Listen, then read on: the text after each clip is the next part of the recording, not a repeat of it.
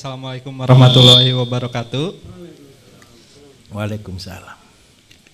Mau tanya yang ini Pak, kangkung itu kan 1 meternya itu tadi 320 tangkai ya. Betul. Nah tanaman. Itu si tiap itu 5 kali 5 persegi. Kemarin kita nyoba, memang sih belum tumbuh semua gitu. Itu pas ketika penyiraman itu banyak yang loncat gitu. Oke, tenang saja. Itu kenapa gitu? Pak KP bilang minta tolong tray 1 Pak. Tray benih. Pertama itu, terus yang kedua kami ya insya Allah pengen di perkotaan Pak, yang sistem polybag itu. Baik. Bagaimana cara ya bikin media tanamnya gitu supaya nggak beli. Baik, siap. Satu lagi boleh, mungkin boleh. 2 lagi juga boleh. Satu lagi tuh kita pernah ternak lebah Pak. Apa? Lebah, oke, baik. Lebah. Itu ada apa namanya tuh bagusnya nggak buat sayuran gitu. Baik. Itu aja sih. Terima kasih banyak. Baik. Cara tanamnya begini Bapak Ibu. Cara tanam kangkung, bayam. Kalau bilang 5 cm kali 5 cm kalau pakai penggaris kan susah ya. Ini 4, yang satunya sebenarnya ya. Yang agak gede sedikit. Jadi cara tanamnya begini, Bapak Ibu, kalau ini kan jaraknya sekitar 3 lebih ya. Kan yang lebih besar ini jaraknya 5. Jadi kalau mau tanam medianya langsung ditancap. Curug gini lubang enggak kira-kira? Setelah lubang tinggal taruh gini, enggak mungkin lagi ada kangkung melompat. Jadi kalau enggak pakai ini lama. Ini ditancap gini ya, ditekan terus, tenang saja besok praktek. Jadi di media langsung ditancap begini, ceres gini ya sudah. Kan habis itu lubangnya kayak gini. Tinggal masukin aja. Berarti kalau sudah dimasukin gini jaraknya sama enggak semuanya? Cepat atau tidak? Cepat. Ini sudah. Kalau satu kapan selesainya? Oke ya. Besok untuk media tanam supaya tidak beli Bapak Ibu. Yang pertama begini. Ketika Bapak Ibu sudah punya lahan, kan pembersihan. Minta tolong ketika pembersihan cari rumput sebanyak-banyaknya untuk disimpan. Untuk dibuat composting. Composting itu modelnya cuma begini loh Bapak Ibu.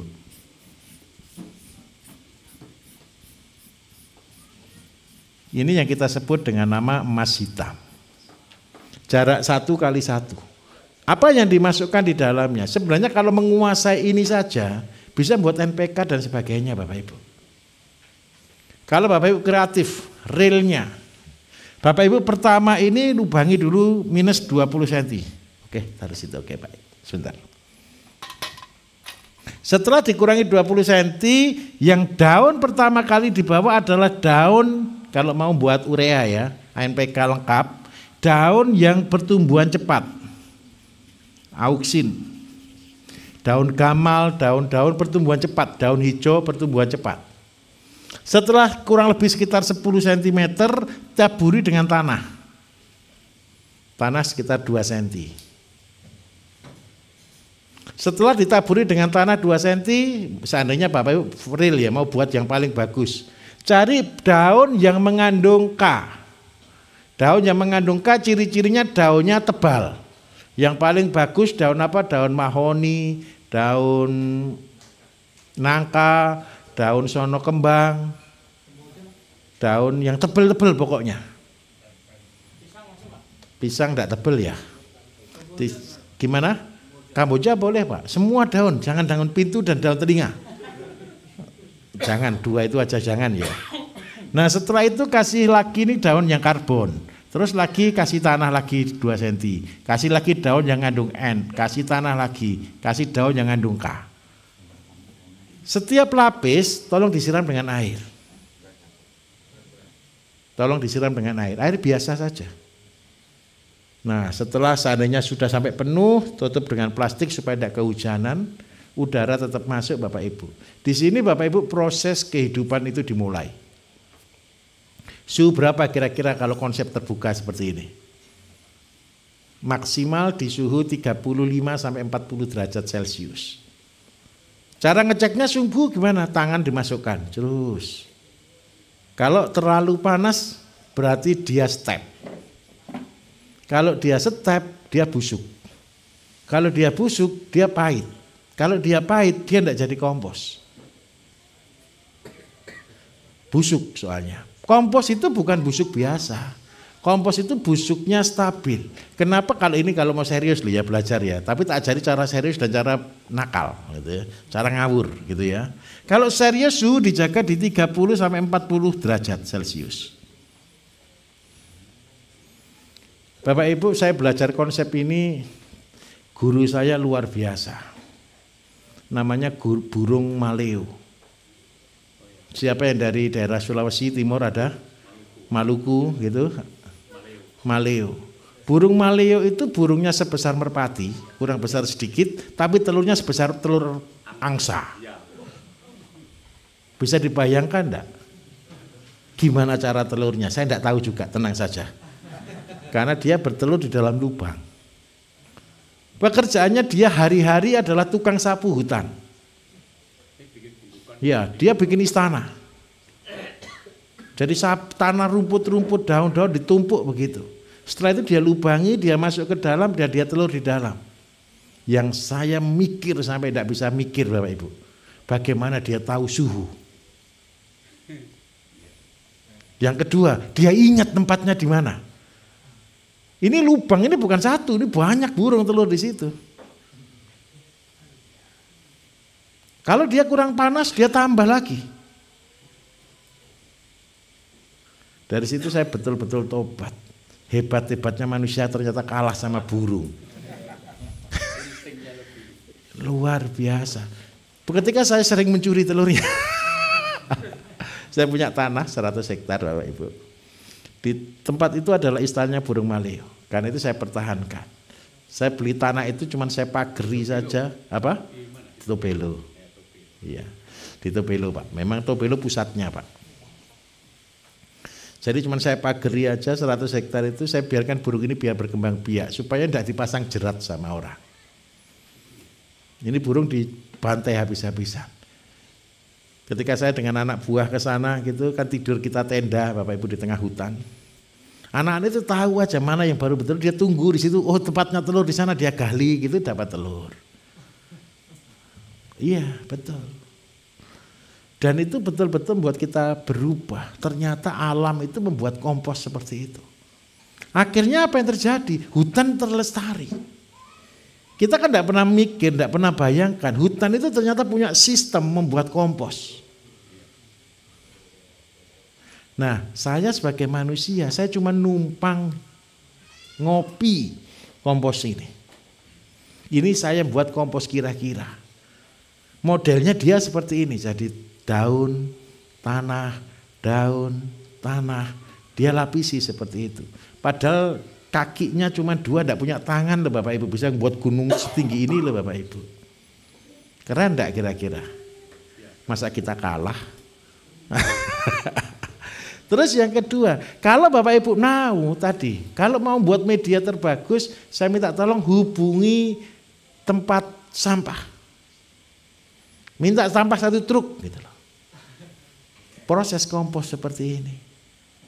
Karena apa? Ini adalah emas hitam kalau jadi. Kira-kira kalau seluruh desa sadar dengan hal ini, kompos kira-kira banyak enggak kira-kira? Sampahnya hilang enggak kalau gitu? Hilang. Tinggal plastiknya, tenang saja. Plastik itu laku dijual. Plastik, kertas kan laku dijual kan? Kecuali pempes ke pengolahan limbah, biarkan diolah mereka. Tapi yang penting satu, yang menjadi problem di setiap kota, yang terjadi penumpukan sampah tinggi-tinggi itu adalah sampah organik. Jadi cara buatnya bagaimana begini, Pak, kalau seandainya sampah saya tumpuk saja, jadi kompos enggak kira-kira? saya jamin 100% jadinya busuk, tidak jadi kompos. Kalau busuk itu bakteri yang tidak terkontrol, keluarnya air lindi.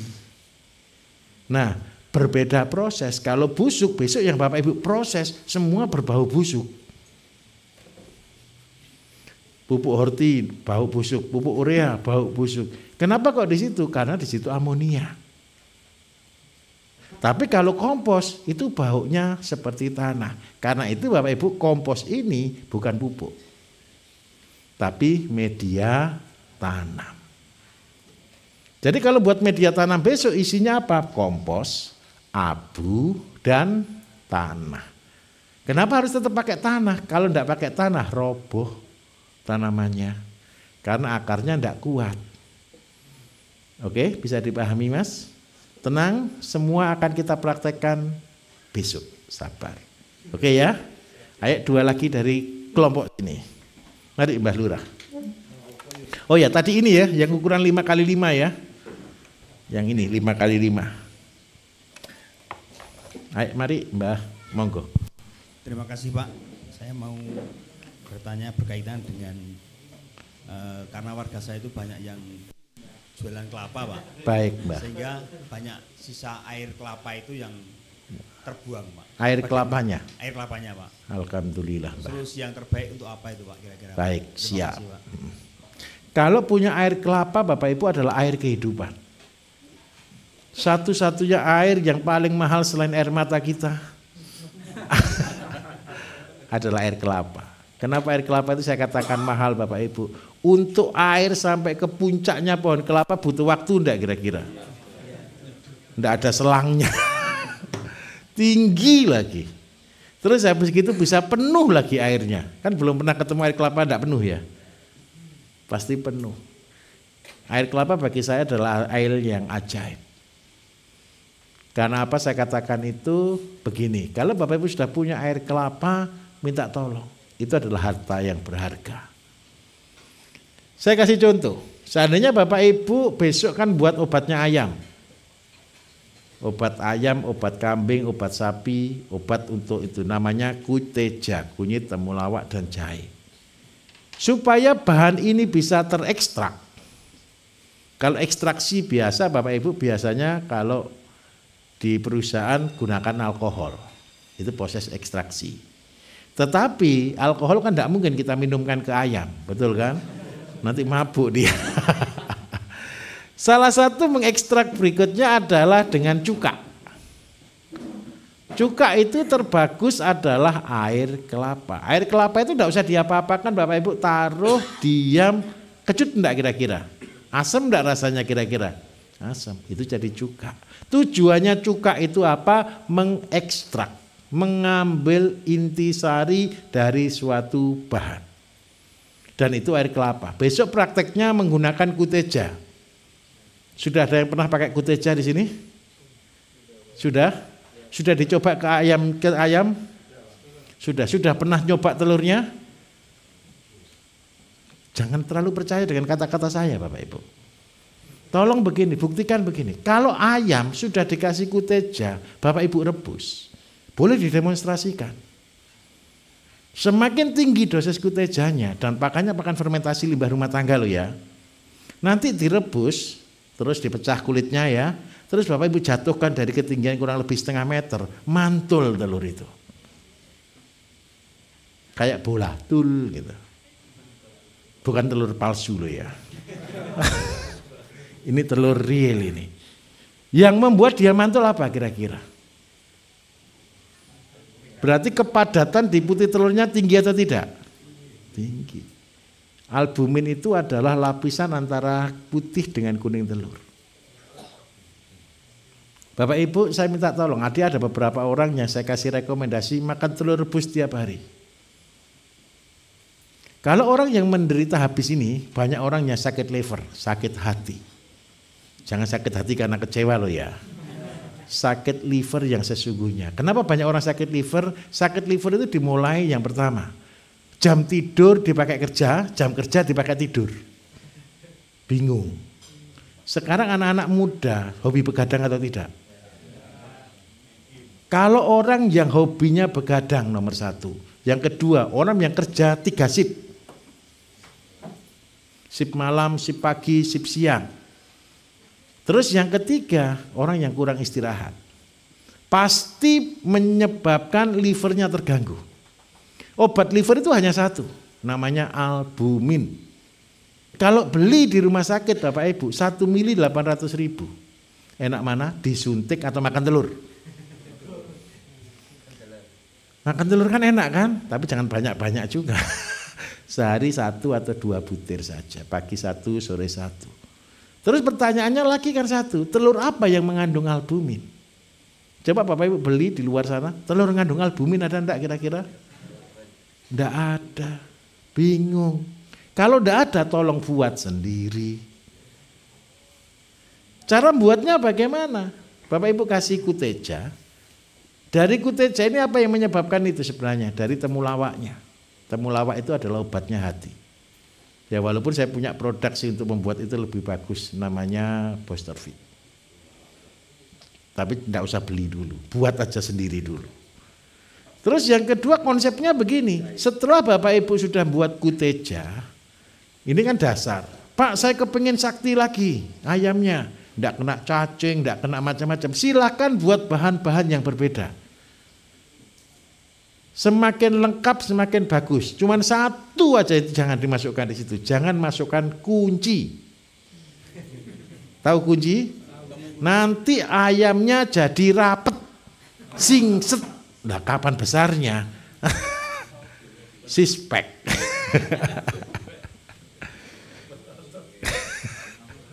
Kalau untuk ayam maduan boleh. Untuk ayam hias boleh. Tapi kalau untuk ayam dipotong jangan dikasih kunci. Tahu kunci Bapak Ibu? Yang dipakai masak sayur bening itu loh. Nah, jangan kunci Inggris bukan kunci motor juga bukan. Nah, terus yang berikutnya lagi 1, air kelapa ini seandainya Bapak Ibu punya limbah. Ingat ya, seandainya ada tanaman, ada orang bertanya ke saya, Pak, saya kepengen tanaman saya ini buahnya besar, rasanya manis, kan gitu kan? Pupuk yang kita berikan hanya dikasih L dan zat PT buah. Zat PT bisa bantu. Tetapi kalau mau lebih bagus lagi, berikan nutrisi. Nutrisi itu bahannya apa? Bahannya harus dari hewani. Yang terbagus contoh. Bapak Ibu nanti kan belajar neteskan ayam, betul kan? Ada yang netes, ada yang tidak netes, setuju? Yang tidak netes biasanya untuk apa? Dibuang. Besok yang tidak netes lebih mahal daripada ayamnya. Bapak Ibu pernah dengar jamu orang Tiongkok yang menggunakan janin? Pernah dengar? Mahal atau murah? Mahal. Ayam itu cari ayam yang sudah mau menetas tapi tidak jadi menetas. Jadi ayam itu netesnya berapa hari Bapak Ibu? 21 hari. Ayam yang netesnya umur 22 belum menetas, 23 belum menetas, proses semuanya, tugasnya selesai. Masukkan di dalam air kelapa yang sudah menjadi cuka. Maka itu sama dengan Bapak Ibu sedang produk dunia terbaru, namanya stem cell. Jadi ayo kita obati ayam kita dengan level tertingginya dunia obat. Namanya stem cell. Beli di mana? Buat sendiri. Karena obat ini terlalu mahal. Nanti bangga, ayam saya aja obatnya stem cell. Yang lihat bingung. Bagaimana cara buatnya? Ini cerita orang Jawa Bapak Ibu. Orang Jawa itu punya satu ramuan yang namanya Kidang Kencono. Tahu Kidang Kencono? Kidang Kencono itu anaknya kidang yang belum sampai keguguran, yang belum sampai ke tanah. Kemudian kidang ini dimasukkan di dalam arak. Dan ini menjadi obat segala macam penyakit. Itu obatnya orang Jawa kuno. Karena apa? Saya jamin 100%. Ini belum tentu betul. Mau cari kidangnya aja susah. Paham maksud saya ya? Prematur. jatuh belum sampai ke tanah. Seandainya ini betul-betul dapat, berarti itu betul-betul hoki. Nah, tapi saya percayalah kita tidak usah pakai mimpi tentang kidang kencono. Kita cukup dengan ayam, bebek yang tidak menetas. Itu kan lebih rasional, betul kan? Belum ketemu tanah, jelas belum menetas. Nah, setelah apalagi tempatnya di mesin tetas. Dipecah, dimasukkan air kelapa, selesai. Berapa banyak? 20%, 80%. 80% air kelapa, bahan aktifnya 20%. Terus seandainya Bapak Ibu mau buat nutrisi lebih tingkat dewa lagi untuk tanaman. Pak, saya mau tanaman saya itu rasanya enak, gurih dan sebagainya. Berarti Bapak Ibu perlu omega. Omega itu protein Bapak Ibu. Juga perlu asam amino yang juga protein Bapak Ibu. Nah, bagaimana cara mendapatkannya? Biasanya nih, saya kan ngajarinya kan pakai ini, pakai keong, betul ya? Pakai keong, pakai kepiting, pakai yuyu. Untuk ayam bisa meningkatkan jumlah telur, kalau untuk ketanaman itu meningkatkan kualitas buah. Contoh nih, saya punya sawit Pak, mogok nak mau berbuah terus menerus supaya buahnya bagus. Bagaimana? Sudah terlanjur shock dia, sudah terlanjur stres, kasih nutrisi. Dari apa? Bisa dari kotoran walet, kotoran seliti yang mengandung hewani. Kemudian yang paling bagus lagi bisa dari jeroan ikan. Tahu jeroan ikan Bapak Ibu? Dibuang atau tidak? Saya minta tolong, besok kalau ada orang jualan ikan di pasar yang masih bersihkan itu, tolong dikasih timba di sana. Dikasih timba, terus habis itu ditambah dengan air kelapa. Sama 20-80. Tujuannya jadi apa? Jadi nutrisi. Nah, ketika sudah jadi nutrisi, ini akan menjadi pupuk yang luar biasa. Karena dia bersifat dosis tinggi, dosis pemakaiannya maksimal 50 mili per 15 liter. Kalau Bapak Ibu kasih lebih dari itu, saya jamin terbakar. 15 liter. Nah, sekarang Bapak Ibu tahu herbisida? Kalau mau buat herbisida sendiri bagaimana caranya? Cari yang mengandung N tinggi. Yang mengandung N tinggi Bapak Ibu kalau seandainya tidak punya binatang, bisa juga pakai asola. Tahu bedanya asola dengan lemna ya? Asola itu lebih tebal. Lah tebal ini dia N-nya tinggi. N tinggi ditambah cuka Bapak Ibu, dia akan menghasilkan N dosis lebih tinggi lagi. Kalau Bapak Ibu mau gunakan sebagai herbisida, gunakan dosisnya 1 liter per tangki air. Per 1 tangki 15 liter. Terus semprotkan ke tanah, bukan jangan ke tanaman ya, semprotkan ke tanah yang ada rumputnya, dia langsung terbakar. Ikhlas enggak kasih air kelapa 1 liter daripada enak mana, beli obat atau beli air kelapa? Air kelapa, kan gratis ya Mbah ya? Oke, siap. Nah, supaya Bapak Ibu bahagia, carilah yang gratis-gratis tadi. Bisa dipahami kira-kira? Asolanya yang besar Pak, di chopper, digiling, di blender. 20%. Semua sama, prinsip nutrisi 20%. Gimana Pak? Ekstrak cukanya itu tidak ada ekstrak Pak, diamkan dan lupakan. Minimal 14 hari. Diam aja, tapi buka tutup kayak kuteja. Kalau tidak dibuka kan meletus nanti ini. Buka tutup. Apalagi yang mengandung N tinggi, gasnya lebih tinggi itu. Kalau lebih bagus lagi kalau untuk alang-alang ditambah dengan daun mangga. Tapi kan tidak apa-apa ya, saya kasih resep-resep gini tidak apa-apa ya. Kalau resep-resep gini membosankan sebenarnya. Bapak Ibu kan lebih senang diceritai gitu. Oke, satu lagi dari sini, silakan. Sudah selesai? Masih? Oh ini depan Pak, oke. Mas Anto. Assalamualaikum warahmatullahi wabarakatuh. Waalaikumsalam warahmatullahi wabarakatuh. Saya Hadi Pak dari Karawang. Baik. terkait integrated farming ini, saya ingin mengintegrasikan antara integrated farming dengan bisnis yang saat ini saya jalankan. Itu saya menjalankan bisnis F&B Pak, di apa? F&B, beverage minuman kekinian. Oke. Nah itu kan kalau kemarin diskusi itu salah satu penyebab diabetes. Oke, baik. Tapi kan kita ingin melakukan perbaikan seperti itu. Utamanya saat ini kebutuhan kita tuh yang paling tinggi tentunya gula. Ya. Gula itu 1 bulan kita bisa ngabisin 2 ton sama air susu ya, susu UHT mungkin ya. Yeah. Itu kurang lebih di angka 2.000-an liter lah, 2.000 sampai 3.000 liter per bulan.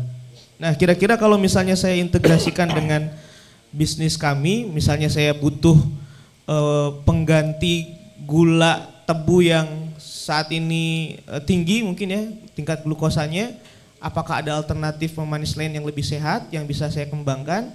Yang kedua, kalau seandainya saya punya sapi perah, kira-kira teknisnya seperti apa supaya saya bisa produksi susu sendiri? Mungkin seperti itu. Terima Apalagi kasih. kira-kira? Cukup Pak.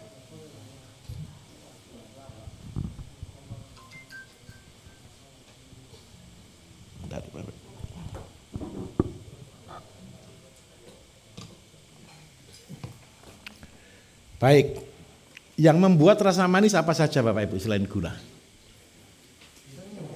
Senyum. Keren. Kalau yang membuat rasa manis yang paling banyak stevia. Stevia Bapak Ibu bisa olah menjadi gula tetes dengan kondisi 0 kalori. Yang dibutuhkan orang manisnya, betul kan? Jadi kalau seandainya boleh, Pak saya tidak mau pakai gula tapi kepengen yang manis, tanamlah stevia. Kalau seandainya saya tidak mau ngolah bagaimana Pak? Sekali buat teh ambil stevia 1 daun, manisnya minta ampun sudah.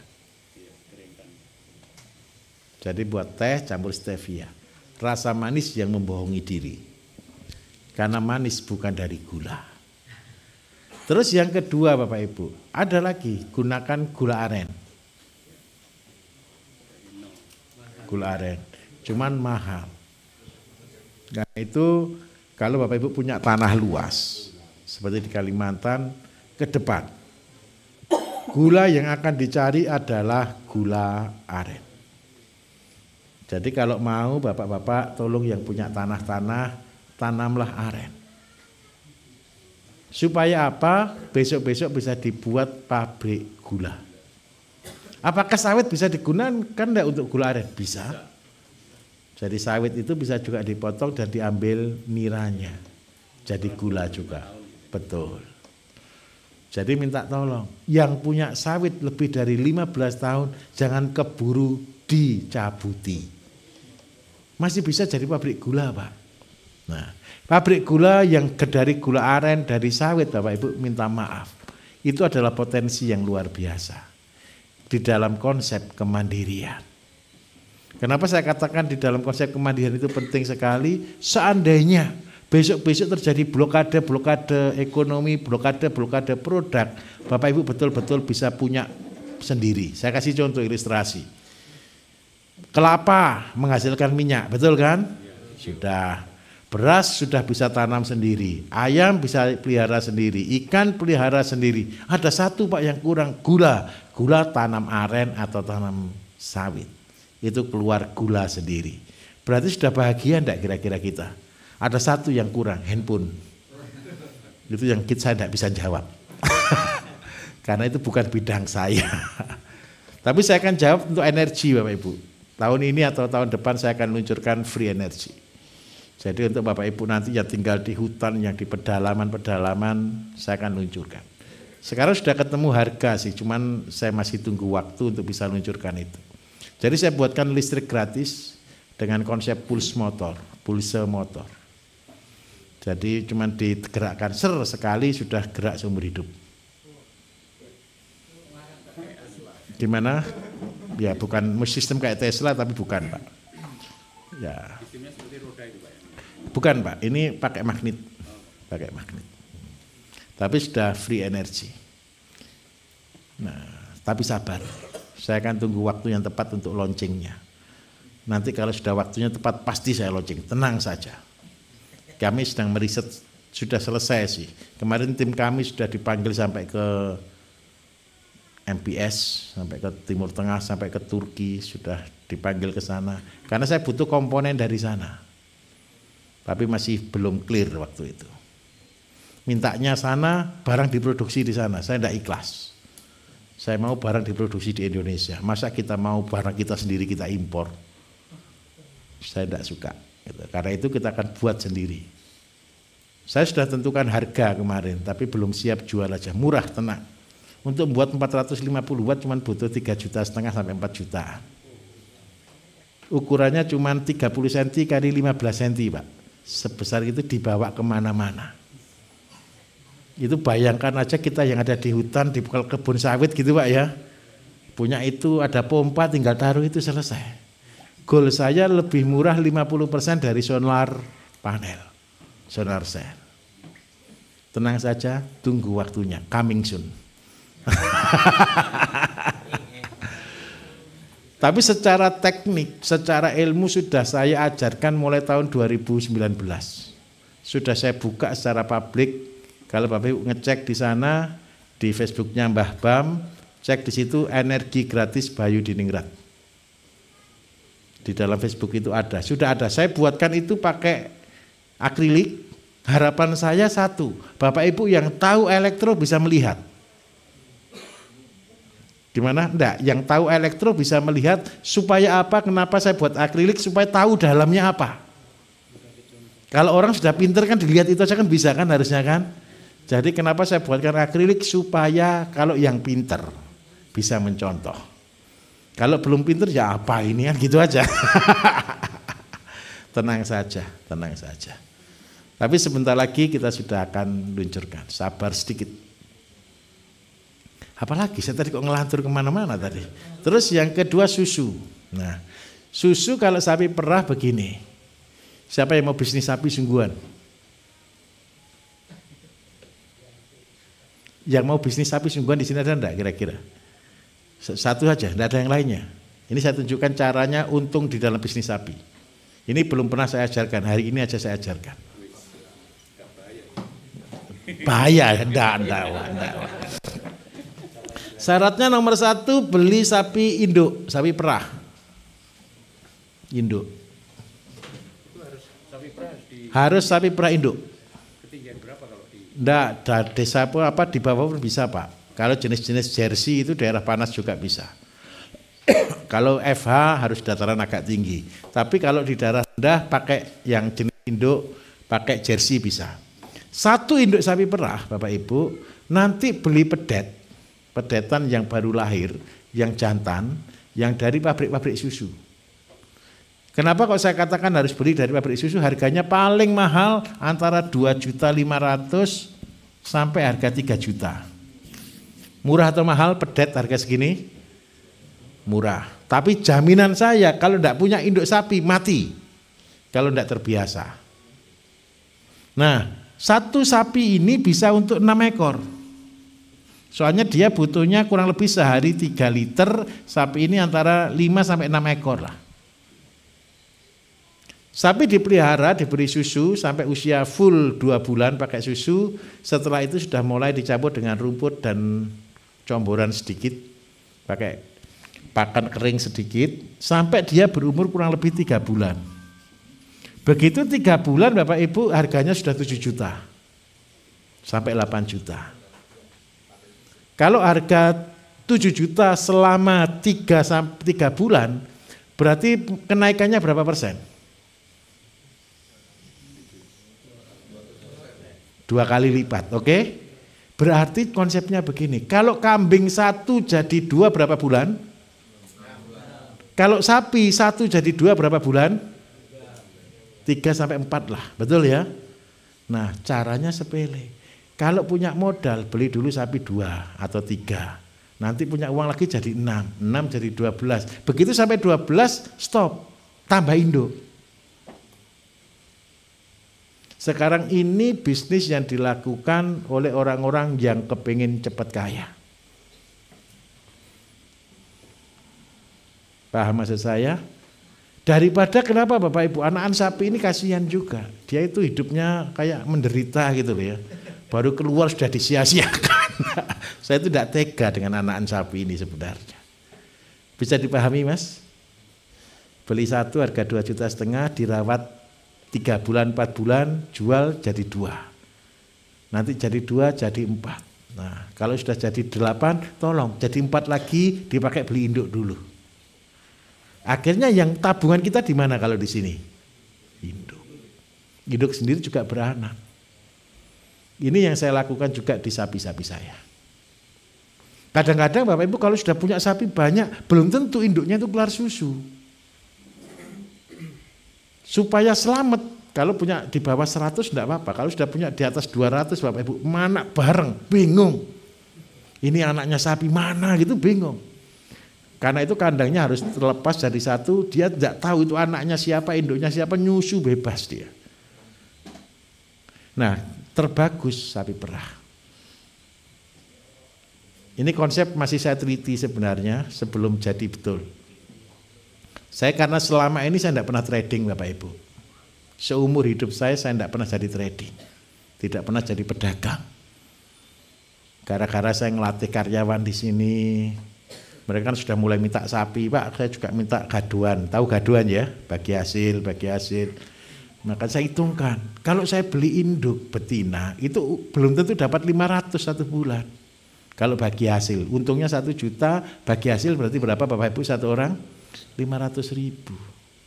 Untung 1 juta berat atau enggak Mas per bulan Mas? Enggak ya, biasa ya. Kalau dibagi hasil kan berarti 500. Kalau 500 cuma pelihara 2, kasihan enggak yang melihara Bapak Ibu? Kasihan juga. Nah karena itu kita harus cari solusi. Kalau enggak gitu percayalah, enggak ada yang mau pelihara sapi. Sapi kita ini setiap tahun impor Bapak Ibu lebih dari 2 juta. Kita ini kekurangan sapi. Seandainya ada bilang, oh sapi murah gara-gara impor, tidak. Kalau sapi impor enggak datang, kita ini mau makan daging enggak bisa. Harga daging bisa tembus kayak luar negeri. Di luar negeri itu daging enggak murah loh Bapak Ibu. Daging-daging tertentu mahalnya minta ampun, bisa 300.000 1 kilo. Indonesia ini masih hebat. Masih bertahan di harga 100 sampai 150, 120 lah.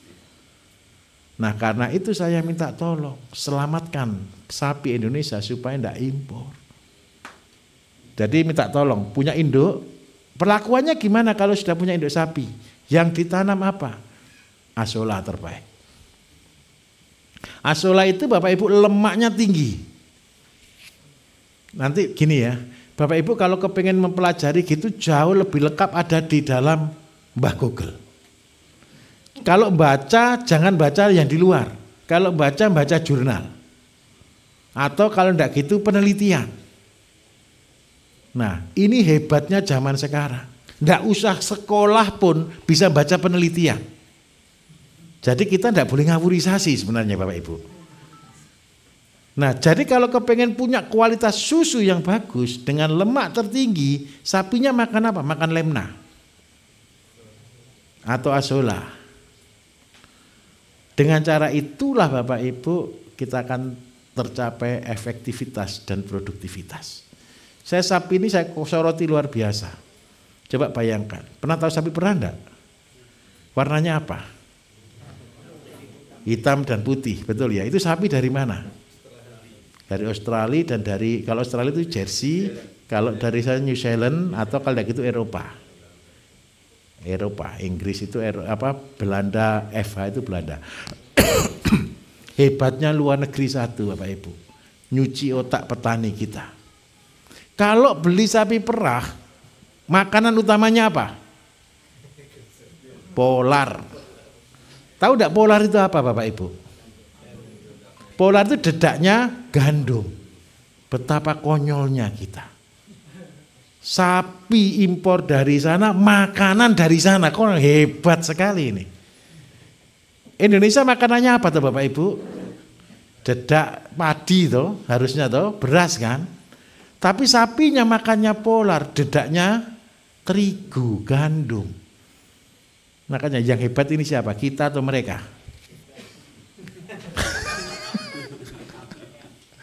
Saya tidak terima Bapak Ibu. Saya betul-betul tidak terima. Karena itu sapi saya tidak pernah makan polar. Sapi saya daripada makan polar harga 7.000 juga, lebih baik saya kasih makan padi utuh. Harga 6.000 sekarang. Kenapa kok padi utuh? Padi itu ada apanya? Ada sekemnya, ada berasnya. Berasnya karbohidrat dan bagus, sekemnya itu jadi dedak. Sehingga apa? Sapi bisa betul-betul jauh lebih bagus. Mas bisa pelihara sapi perah. Kalau kepengen produksi per bulan 2.000, sapi perah Indonesia ini rata-rata di antara 10 hingga 25. Kita buat rata-rata di angka 15 per hari. Berarti per bulan ketemu berapa liter? 450. Kalau 2.000 berarti butuh berapa ekor sapi? 5. Sudah selesai. Jadi minta tolong, apalagi sapinya sendiri gini, tampilkan di status. Dan kita tidak membohongi. Kalau kepengen manis stevia, sapinya fresh, betul-betul come from dari sapi. Kalau perlu kasih gambar orang ngedot. Gulanya dari stevia, susunya susu fresh tanpa apa-apa. Keren. Nah, nanti kalau sudah punya sapi perah, kan sudah bisa main nih. Saya mau bisnis lah, sekalian ngasih makan. Bisnislah beli pedet. Ini untuk trading. Oke, siap. Sampai kapan? Sampai kita punya cukup. Bapak Ibu kepingin pendapatan berapa? Terserah. Tapi perputaran bisa berputar terus menerus. Ini bisnis di dalam peternakan supaya untung. Ini baru pertama saya buka teori tentang sapi perah dan anaknya. Oke, sebelah sini boleh? Oke, 1, 2, 3. 3 dulu Pak ya, tenang ya, besok lagi Pak. Sabar. Karena kita dibatasi jam 9, kita tidak usah terlalu malam lah nanti. Oke Bapak, mari tes 1, 2, 3. Mas, mati ya.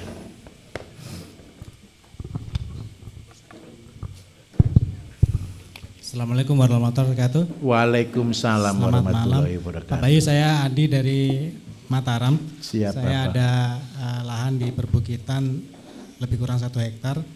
Saya rencana tanam apokat, kemudian ditumpang sari dengan kopi. Ketinggian berapa Bapak?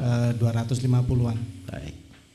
Mohon advice-nya untuk kombinasi dengan peternakan, apa yang kira-kira bisa kita gunakan untuk tambahan pupuknya.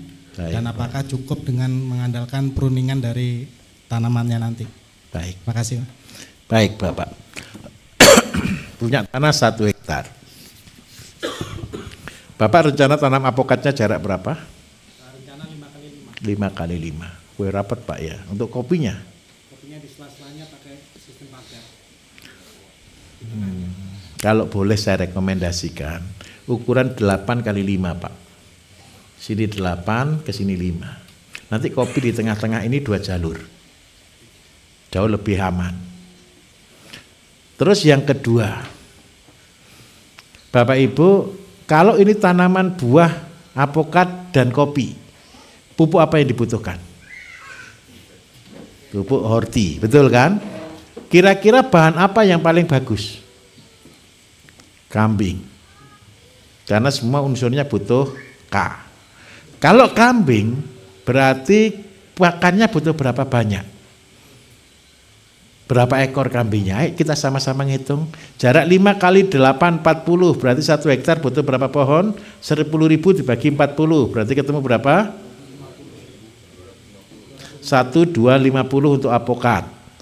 Karena di sela-sela kita tanami dengan kopi, dengan jarak 1,5, kopinya pakai robusta Pak ya. Robusta berarti 2 meter kali 2 meter Pak ya. Pagar, oke, enggak masalah. Berarti cuma sedikit berarti ya kalau gitu. Kalau gitu 1 jalur aja. Jadi jaraknya per 3 meter, ya Pak ya. Berarti 100 dibagi 3, kesininya ketemu 5, 8. Berarti ada 300 dikalikan 12, ketemu berapa Bapak Ibu? 3.600 kopi. Berarti total tanaman 36 ditambah 1,2 ketemu berapa? 4.800. Oke, sekarang saya mau tanya. Dengan populasi 4.800, pupuknya butuh berapa kira-kira? Kalau awal satu pohon 1 kilo, cukup. Kotoran kambing. Berarti berapa ton? Anggap 5 ton, oke? 5 ton pupuk pertama. 5 ton kotoran kambing itu berapa kilo Bapak Ibu? Makannya kambing berapa kilo? Berarti kotorannya berapa kilo? Tidak apa-apa ya, saya sambil ngelatih untuk kita menganalisa kasus ya. Pertanian ini butuh ini Bapak Ibu. Bapak Ibu ke depan itu jadi dukunnya semua. Perwakilan saya jadi dukunnya pertanian semua. Jadi ketika ngitung itu tidak ada kira-kira. Semua hitungan pasti. Jadi 1 hektar dengan butuh 5 ton pupuk. Kemudian setiap kambing cuma keluar 4 kilo per hari kotorannya. Berarti butuh berapa? 1 bulan berarti butuh berapa? 120 kan? 124, 120 kilo kan? Jadi kotoran kita kan 120 kilo per bulan. Berarti mupuknya untuk tanaman keras Bapak Ibu per 6 bulan sekali. Berarti setahun cuma butuh 10 ton. Berarti 10 ton dibagi dengan 120. Butuh berapa ekor? 8.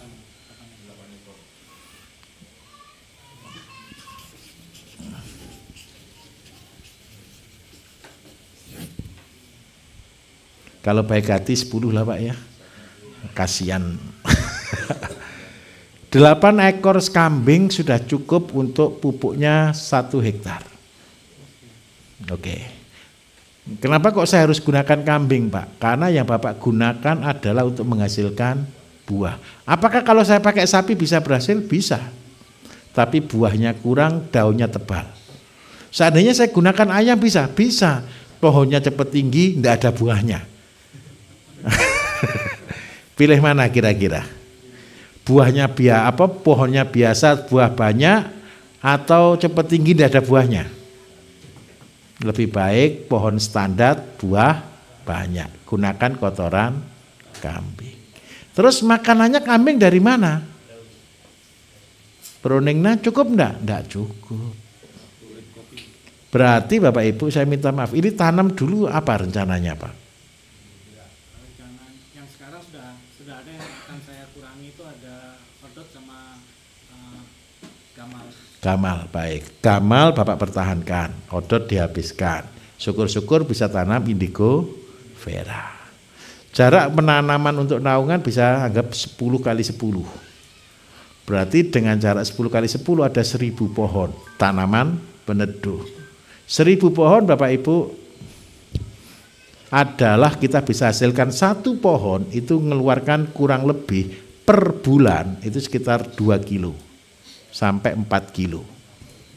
Jadi 1 pohon gamal, cek. 1 pohon gamal itu Bapak Ibu per bulan itu bisa menghasilkan 2 sampai 4 kilo. Cek sound, oke. Jadi Bapak Ibu kalau seandainya saya butuh 8 ekor, per hari butuh berapa kilo pakannya? 32 kilo. Per bulan butuh berapa kilo pakannya? Anggap aja 100 kilo. Berarti saya butuh berapa pohon per bulan? 25 pohon. Karena 1 pohon keluar 4 kilo. Terus yang kedua, kalau seandainya saya kebun begini Pak, saya mau tanam apa yang paling bagus untuk pakan lagi? Seandainya di tengah sudah terlalu penuh, tanam singkong. Singkong itu per bulan itu bisa menghasilkan 1 kilo daun dan ranting muda. Seandainya di tengah tidak ada pohonnya, kalau 1 singkong keluarkan 1 kilo per bulan daun, tahu singkong karet ya? Singkong karet, singkong untuk pakan kambing domba ya. Jadi 1 pohon keluar 1 kilo. Berarti kalau setiap hari saya butuh 30 kilo, berarti butuh berapa pohon setiap hari singkongnya? 30 kilo, 32 kilo.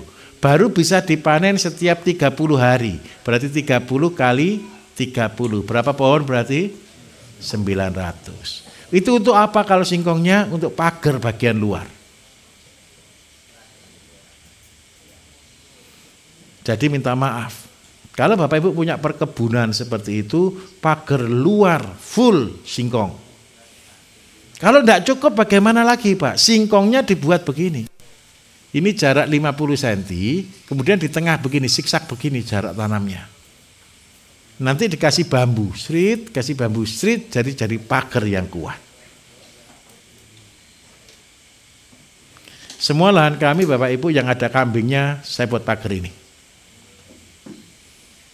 Jadi singkong itu baru bisa, sekarang dipotong, 1 bulan lagi baru bisa dipotong. Terus begitu. Tapi perjanjian, kalau untuk kambing, daun singkong wajib dilayukan. Jangan seger-seger dikasihkan ya, nanti masuk rumah sakit. Bisa dipahami Bapak? Kira-kira? Jadi Bapak kalau tahan ini siapkan 8 ekor sampai 10 ekor. Insya Allah akan berhasil. Oke, baik. Mari Bapak sebelah, ini tetangga rumah saya ini. Terima kasih waktu yang diberikan pada kami.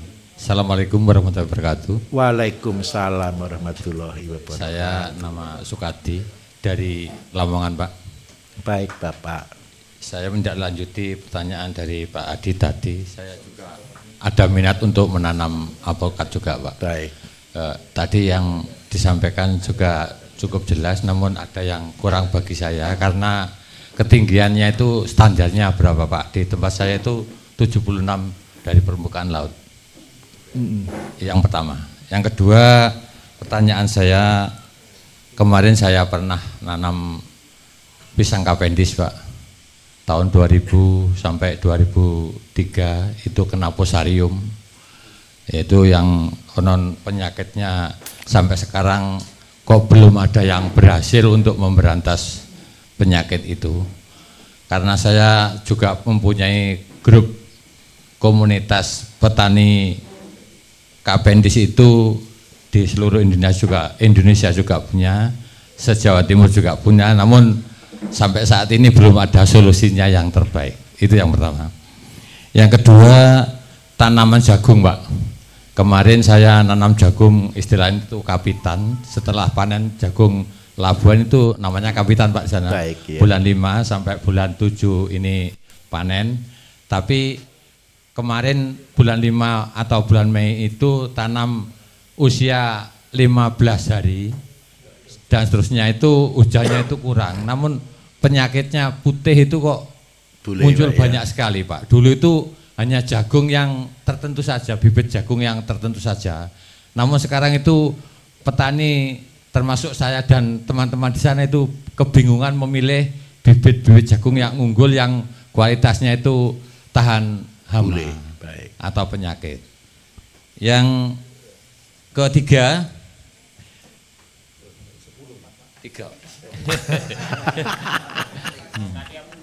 yang ketiga, jagung putih itu solusinya bagaimana tadi? Terus yang kita tanyakan pada PPL yang ada di sana Pak, itu katanya tanahnya itu tanah asam. Ini saya karena awam dan sangat kurang pengalaman sekali tentang pH tanah atau keasaman tanah itu yang dimaksud bagaimana. Tanahnya itu kering kok dikatakan asam basah, itu saya kurang paham Pak. Ini pun penjelasan. Terima kasih atas pertanyaan saya yang diberikan pada kami waktunya. Mohon penjelasan selengkap mungkin. Waalaikumsalam warahmatullahi wabarakatuh. Waalaikumsalam warahmatullahi wabarakatuh.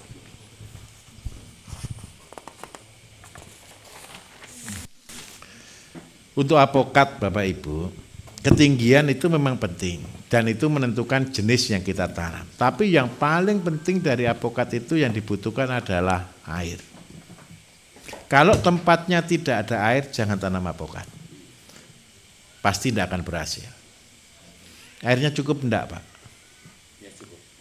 Kalau cukup coba dulu, karena saya tahu ngimbang daerah kapur gitu ya. Begini loh Bapak Ibu, apa alasannya Pak, saya tanya, kok milih apokat kenapa? Ya, Karena harga atau karena apa kira-kira? karena ingin membutuhkan tanaman buah-buahan itu, kebun saya itu seluas 400 meter persegi Pak. Itu kita tanami semua Buah, itu gitu. harapan saya. Begini Bapak Ibu, untuk buah itu kalau planning saya juga punya planning jangka panjang Bapak Ibu. Saya sedang mempersiapkan benih apokat 1 juta pohon. Apokat itu saya tanam memang dataran menengah ke atas. Jadi mulai dari 300-400 ke atas sampai jenis-jenis apokat sampai di ketinggian 1000 meter. Kemudian yang kedua, untuk dataran rendah, apa yang saya tanam adalah mangga. Kenapa mangga akan kita galakkan? Saya minta maaf. Orang Indonesia kalau tanam mangga Bapak Ibu besar atau kecil pohonnya? Kalau pohonnya besar panennya susah atau tidak?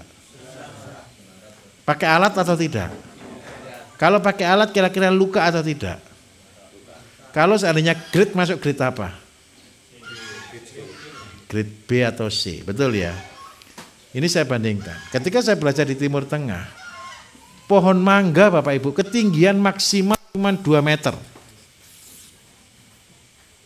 2 meter itu segini. Umurnya yang ditanam Bapak Ibu, itu semua sudah ditanam di planter bag. Mangganya adalah mangga cangkok semuanya. Jarak tanamnya 2 meter kali 2 meter. Banyak atau sedikit? Sebentar, saya ajak hitung-hitungan dulu. Kalau seandainya saya tanam 2 meter kali 2 meter, kan ketemu 4. Berarti 1 hektar ketemu berapa ribu pohon? 2.500 pohon. Saya tanam 2.500 pohon. Karena ketinggiannya hanya 2 meter. Panennya gampang atau tidak? Bisa milih grade enggak kira-kira? Bisa. Nah, pohonnya pohon cangkokan. Jadi di luar negeri Bapak Ibu, tanamnya itu di planter bag dulu semua. Setelah tanam di planter bag, umur 1,5 tahun, itu kan sudah mulai belajar berbunga. Sudah tinggi segini, 1 meter lebih sedikit itu sudah belajar berbunga. Baru ditanam di tanah. Setelah ditanam di tanah, tahun depan, jadi kalau ditanya tanam sekarang, tahun depan panen. Saya ulangi ya, tanam sekarang, tahun depan panen. Karena mindahnya, betul ya? Sebelumnya sudah 1,5 tahun. Oke, diklik dulu di sini. Klik dulu. Berarti yang harus kita lakukan apa? Bapak Ibu beli pohon yang sudah ada dicangkok. Setelah dicangkok, tanam di planter bag, polybag besar. Setelah ditanam di sana 2 tahun, hampir 1,5 tahun, hampir 2 tahun, kan sudah besar pohonnya. Baru ditanam di lahan. Jadi yang ditanam tadi sudah berbunga atau belum? Hampir berbunga. Sehingga apa? Begitu ditanam, tahun depan sudah panen. Ketika sudah panen, digenjot. Apa yang digenjot? Pupuk horti diperbanyak, KCL diperbanyak, ZPT buah diperbanyak. Supaya apa? Buahnya banyak. Begitu dia buah banyak, 1 pohon Bapak Ibu rata-rata tahun pertama mungkin antara 2 sampai 3 kilo. Tahun kedua bisa 6 sampai 10. Ketiga sudah bisa buah antara 10 hingga 30 kilo, tahun keempat sudah 50 kilo rata-rata per pohon. Tahun kelima dicabut, pensiun, ganti tanaman lagi, ganti baru. Caranya bagaimana? Sebelum ganti baru, tanaman yang awal tadi dicangkok satu-satu. Saya ulangi, ketika sudah keluar buah, tanaman 1 cabang dicangkok. Oke Pak ya, dicangkok terus disaruh di planter bag lagi. Persiapan nanti 5 tahun diganti. Kenapa kok 5 tahun diganti? Ini tanaman sudah betul-betul dengan dosis tinggi semuanya. Dan pohonnya kalau sudah 5 tahun percayalah bisa tinggi segini, betul kan? Kalau sudah tinggi seperti itu, produktivitasnya rendah sekali. terutama di kualitas. Nah, sekarang saya hitungkan. Kalau kita punya 2.500 pohon, kita buat rata-rata 10 kilo saja. Banyak atau sedikit rata-rata 10 kilo? Tidak terlalu banyak. 10 kilo itu berarti cuma 30 biji Pak buahnya. Berarti 2.500 kali 10 ketemu berapa ton? Betul ya, ditambah 01 ya. 2000 tambah 01, 25 ton. Kalau harga mangga seandainya kita buat rata-rata kalau kualitas bagus 5.000 saja. Berarti setahun dapat berapa? 125 juta. Panennya biaya mahal atau enggak? Enggak. Lah kalau Bapak Ibu sudah pinter, setahun dibuahkan 2 kali. Cara pinternya gimana? Drip irigasi mulai dipasang, pupuk mulai disetting. Nah, nanti Bapak Ibu kan buat KCL. Kalau sudah buat KCL itu Bapak Ibu sudah pemegang kunci, mau dibuahkan kapan. Tapi ingat baik-baik ya, jangan memperkosa hak tanaman. Jadi boleh diperkosa setelah dikasih makan dulu. Setelah panen, pulihkan dulu 2-3 bulan, bahan sudah bagus, tutup pakai mulsa. Setelah itu semprot dengan KCL, dia stres, dia langsung buah. Ketika dia sudah mulai keluar bunga, kocor dengan ZPT banyak-banyak. Dia akan berbuah. Setahun 2 kali, bahagia. Mimpi saya cuma satu. Petani Indonesia itu akan bahagia ketika panen mangga setahun 2 kali. Dan yang panennya tidak usah pohon sebesar ini Bapak Ibu. Pohon sebesar ini. Nanti setiap 5 tahun ganti tanam baru. 5 tahun ganti tanam baru. Itu untuk mangga. Tapi kalau untuk apokat, minta maaf saya kurang rekomendasi.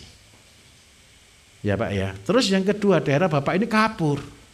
Kalau sudah daerah kapur ketemu mangga, tidak usah disuruh, manis. Tidak usah disuruh itu. Karena kapurnya sudah tinggi.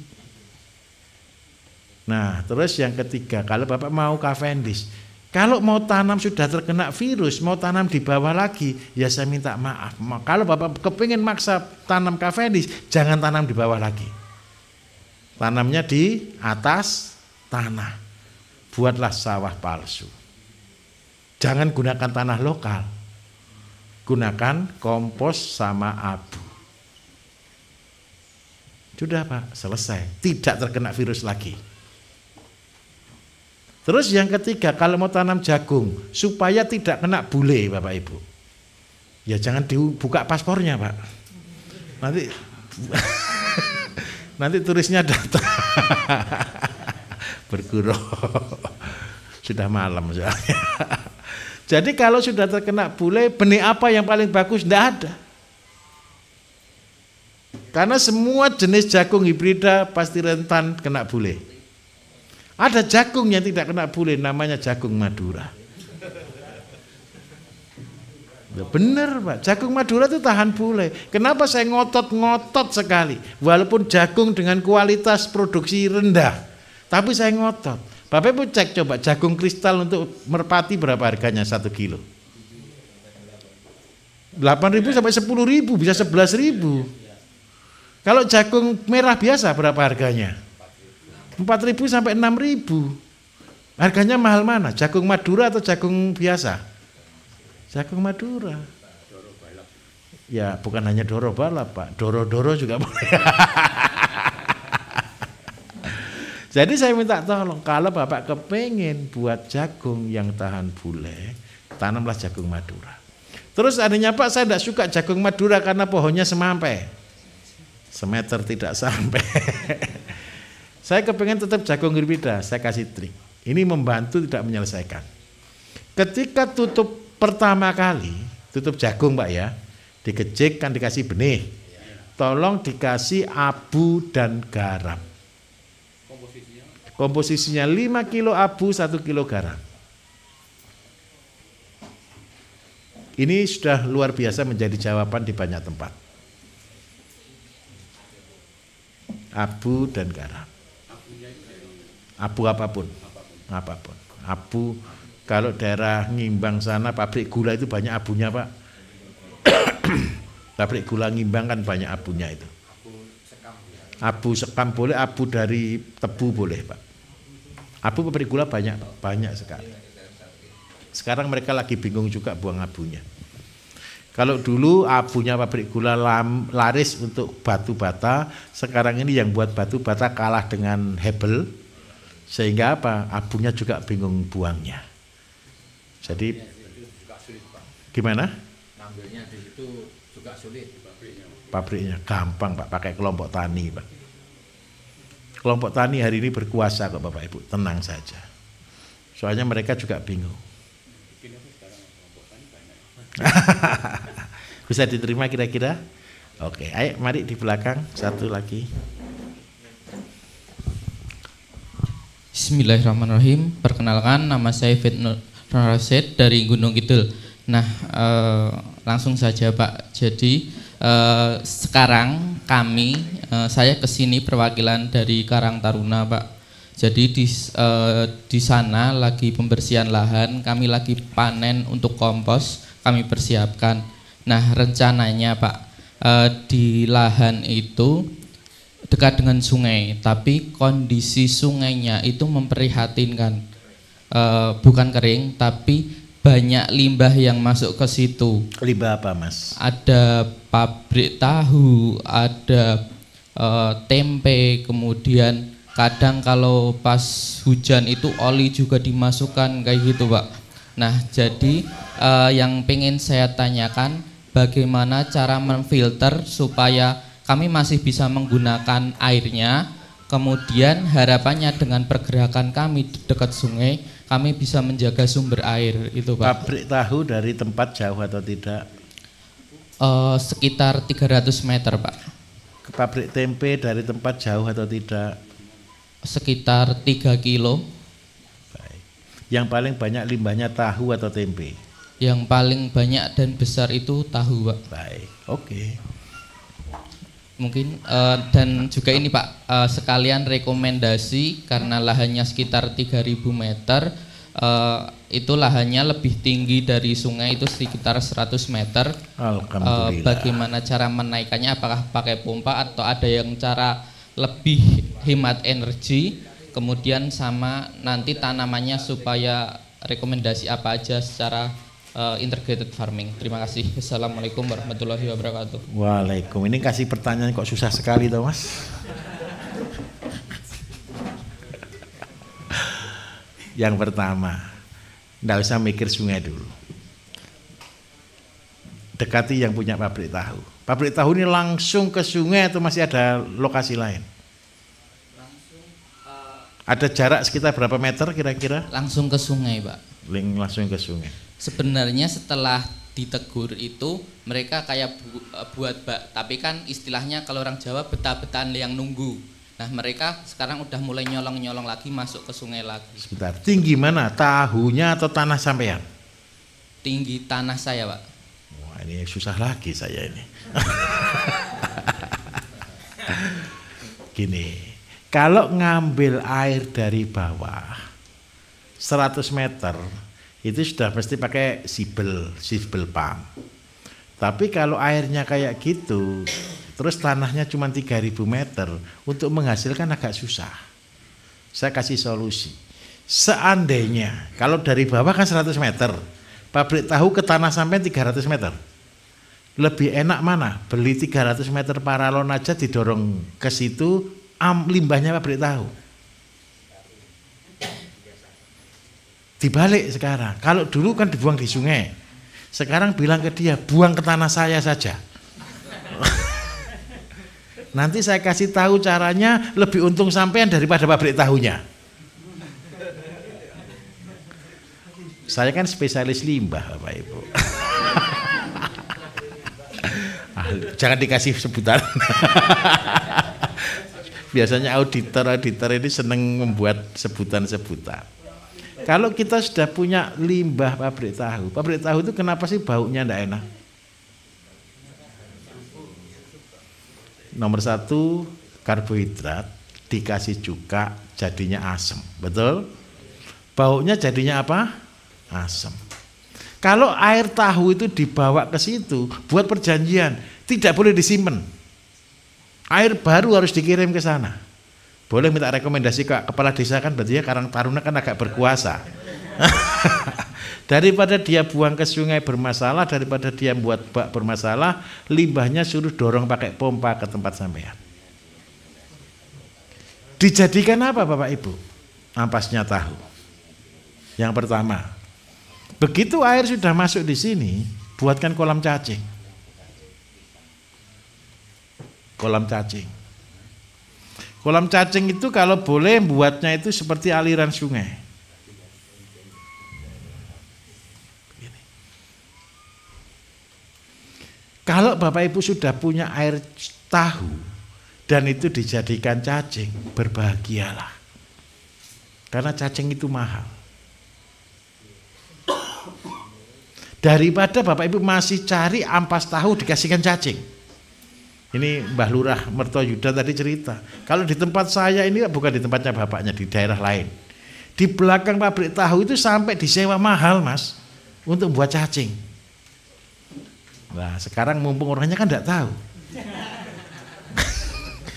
Ayo daripada di demo kasih pompa, airnya buang ke tempat saya aja gitu. Nanti hasilnya lebih besar ini daripada yang lain-lain. Sudah ini dulu sampai menghasilkan. Setelah ini menghasilkan, air terakhir ini kan asam. Supaya dia menjadi basa dikasih apa Bapak Ibu? Kapur gitu toh. CaCO3 itu. Terus habis gitu sekarang ekstrim dikasih H2O2 kan gitu kan? Jangan, kasih eceng gondok. Jangan dikasih asola, terbakar.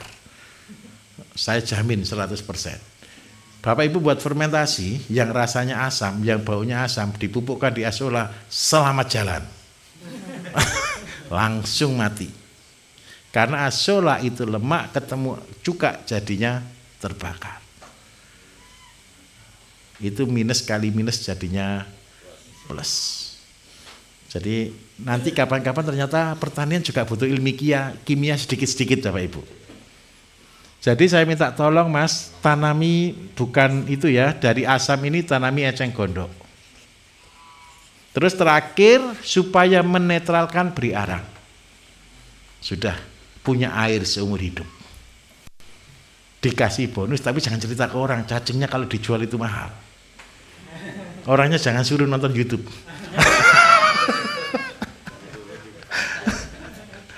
Cacing ini mahal sekali Bapak Ibu. Satu kaleng itu 40.000. Bahkan di Jawa Tengah 45.000.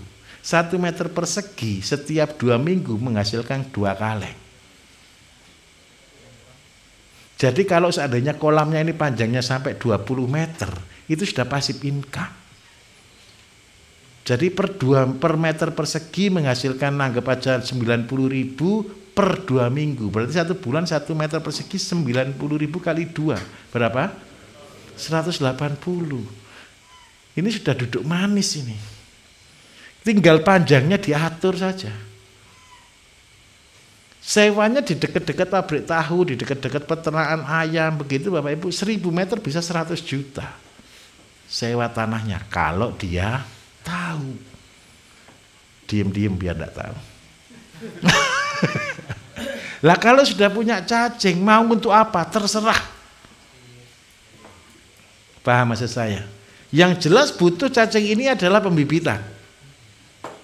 Cupang, pembibitan lele, pembibitan gurami, butuh banyak cacing ini. Lah kalau seandainya cacing tidak laku, jangan bingung juga. Setiap pelihara ikan pasti butuh cacing. Ayam dikasih cacing bahagia tidak? Bahagia sekali. Bebek dikasih cacing, sorak-sorak bergembira. Kalau sudah punya cacing dengan protein sebegitu bagusnya, superfood. Padahal dari limbah. Saya kasih tahu sedikit Bapak Ibu. Kelihatannya grup ini besok kelihatannya ya. Enggak apa-apa ya, saya ceritai lagi sedikit untuk teman pengantar tidur. Pertama kali saya pelihara cacing, saya itu sumpek Bapak Ibu, bingung. Setiap malam jam 10, jam 11 malam sampai jam 12 saya tungguin itu cacing. Kan saya cuma taruh di ukuran 1 meter persegi. Kok enggak berkembang. Habis gitu yang keren lagi satu, kutu airnya langsung full gara-gara cacing. Saya sampai mau berpikir berpindah profesi. Saya juga punya pembibitan ikan Bapak Ibu di Halmahera. Jadi salah satu pakan alami terbagus itu kan kutu air. Kita kembangkan juga kan Dapnia kayak gitu itu kan. Lah ini kutu air banyak sekali. Kepengin aja nyeseri ini kutu air. Nah, air tawar Pak. Terus habis gitu ketika saya sudah punya ini, saya jadi terinspirasi. Saya dulu pernah cari cacing itu cuma di got. Tahu di got ya? Got yang kotor sekali itu loh Bapak Ibu. Itu cacingnya banyak gitu. Padahal di situ kan ada ikan gadul. Tahu ikan gadul? Ikan kecil-kecil, ada siput, ada kutu air, juga ada banyak ikan-ikan yang lain. Tapi setahu saya cacing itu kita paneni terus-menerus tidak habis-habis, walaupun predatornya habis. Itu membuat diri saya agak tenang sedikit. Terus satu hari tidak ada perubahan cacing. 1 minggu sudah full ternyata 1 kolam. Walaupun predatornya lebih banyak lagi. Katak datang. Katak dulu tidak ada, sekarang banyak. Namanya tahu itu siput, tahu ya, keong ya, banyak sekali di situ. Nah, akhirnya dalam hati saya sudahlah, wong cacing ini kan hama, betul enggak kira-kira? Bagi manusia cacing itu parasit atau menguntungkan atau merugikan? Bagi manusia, kan enggak enak kan, cacingan gitu kan? Akhirnya setelah saya biarkan, saya mulai ikhlas sudah. Dan saya bersyukur ternyata memang dia dimakan oleh yang lain, tapi dia bertumbuh kencang luar biasa. Besok saya akan kasih teori khusus ini. Bagaimana kita membuat supaya predator itu tidak tahan. Akhirnya kotoran sapinya saya perbanyak supaya amoniaknya lebih tinggi sedikit. Cacingnya bahagia, kutu airnya tersisih ternyata. Nah, tenang saja, besok kita belajar sama-sama. Itu hari terakhir tapi sayang. Oke Bapak Ibu, selamat malam. Terima kasih atas semuanya. Wassalamualaikum warahmatullahi wabarakatuh.